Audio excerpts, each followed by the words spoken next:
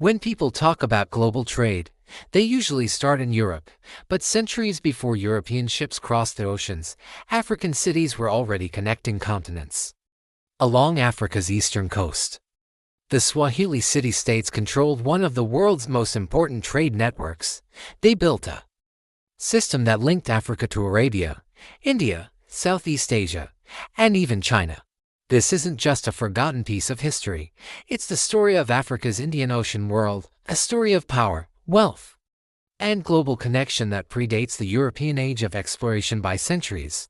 So, who were the Swahili city-states?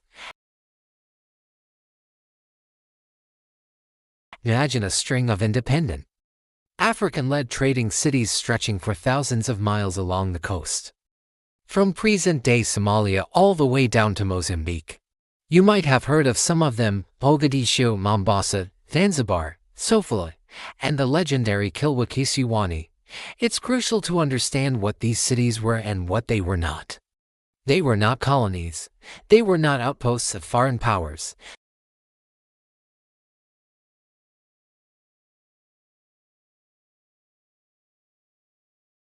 They were sophisticated African societies, each with its own local ruler, or sultan. They shared the Swahili language and a vibrant, unique culture. Their political institutions were strong, their economies were complex, and their influence was felt across the entire Indian Ocean. These were centers of African power, built by Africans, for Africans. They were urban, cosmopolitan, and deeply connected to the wider world, but their identity and leadership remained firmly rooted in the continent.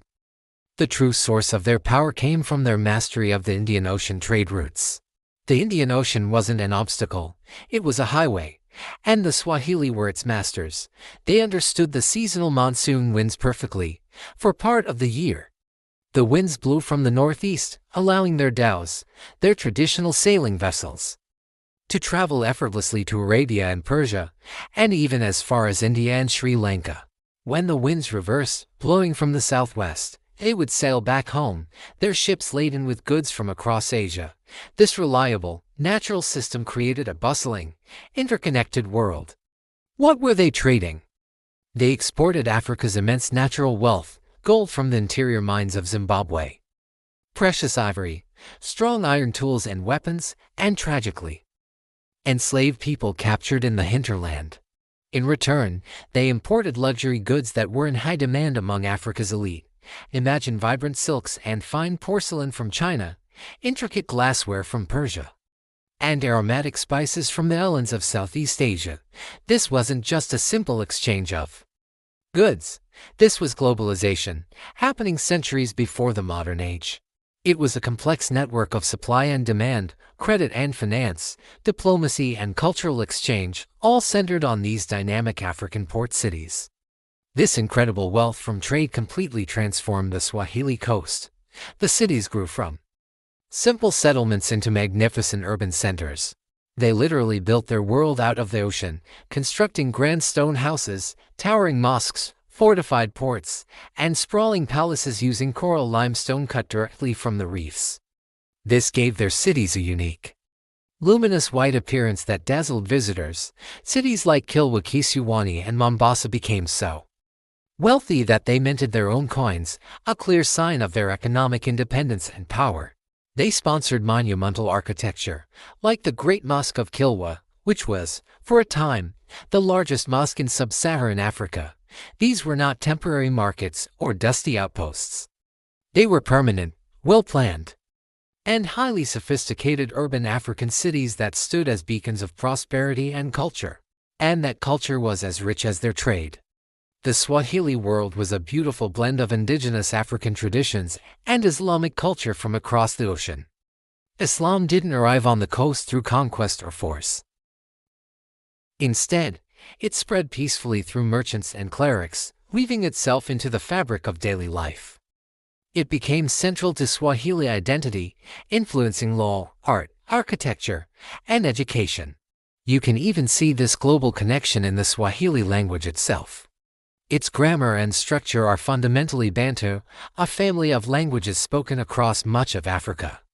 But its vocabulary is filled with loanwords from Arabic, reflecting centuries of close contact through trade and faith.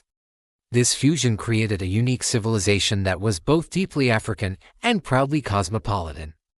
But this golden age could not last forever. In the late 15th century, a new and aggressive power entered the Indian Ocean, the Portuguese, armed with ship-mounted cannons and a ruthless desire to control the spice trade. Portuguese forces systematically attacked the Swahili cities. They bombarded ports, looted palaces, and seized control of key trading posts. They didn't just want to trade, they wanted to dominate. The centuries of African-controlled maritime trade were violently disrupted, the old networks were broken, and the flow of wealth was redirected into European hands. It's important to remember this wasn't because the Swahili world was weak, stagnant, or in decline. It was because the nature of global power had shifted violently, with military force overriding the old rules of commerce and diplomacy. So why is this incredible history so often overlooked? For a long time, colonial narratives actively worked to minimize or erase the achievements of the Swahili city-states. It served the myth that Africa was an isolated continent with no history of its own before the arrival of Europeans. It was easier to justify colonial rule if you could pretend that Africa had no global connections, no great cities, no complex societies of its own. But today, we know that's completely false. Archaeology unearths the ruins of their stone cities, written records from Arab, Chinese, and even the Swahili themselves, along with rich oral traditions, tell a very different story. The evidence is clear and undeniable.